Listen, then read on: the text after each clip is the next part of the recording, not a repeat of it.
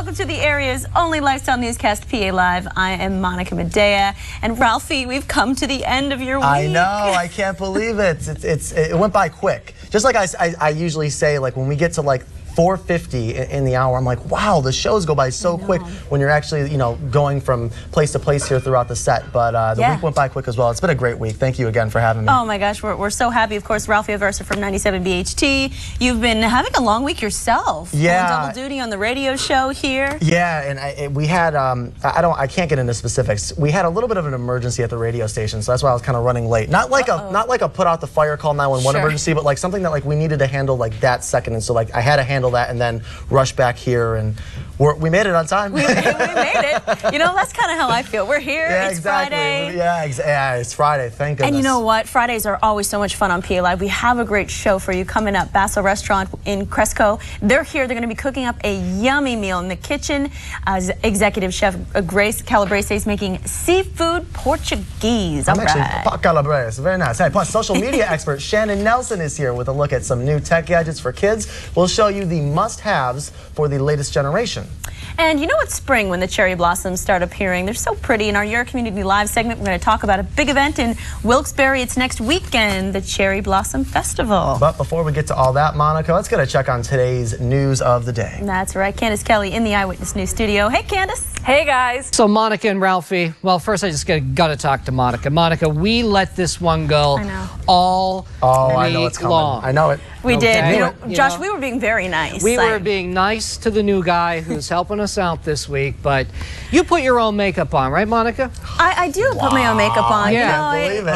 I'm one of everybody else. Put the own makeup on. As much as I don't like to do it, I do my own makeup too. Yeah. Yeah. Ralphie, how about you?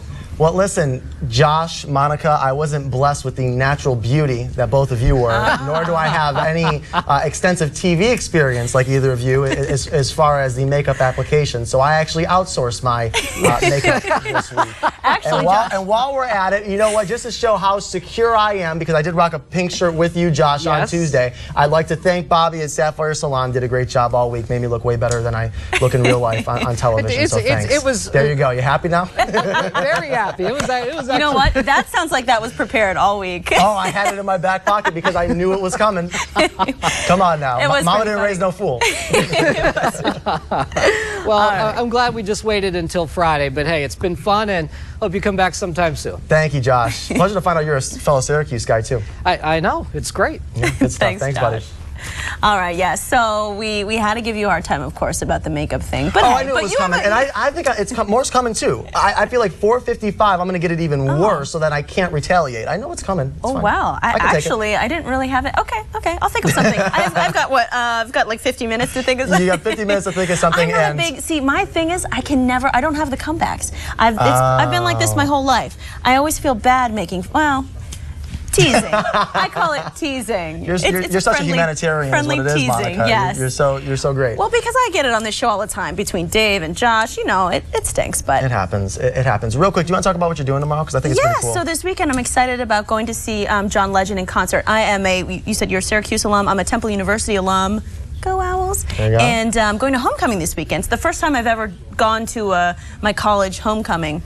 So I'm looking forward to it. They always have a great concert every year. This year, John Legend, R&B singer. I'm really excited to see him. And you said he has ties to this area. He spent 8 years while he was going to UPenn as the choir director at Bethel AME up in Scranton. Wow, I had no idea. Yeah, so he would go back and forth on the weekends between Philly and Scranton, and then it was after that 8th year that he went back down to Philly and recorded Get Lifted, was signed with Kanye West, and became now a huge superstar. But always a tie to northeastern Pennsylvania, right? That is something, isn't it? Well, that's great, and I can shout that at the concert. Yes, maybe John will be trending on Twitter this weekend as he plays at Temple's homecoming. Let's take a look at some of the trending topics today. Levon Helms, singer and drummer for the band in the 60s and 70s, died yesterday after a long battle with throat cancer.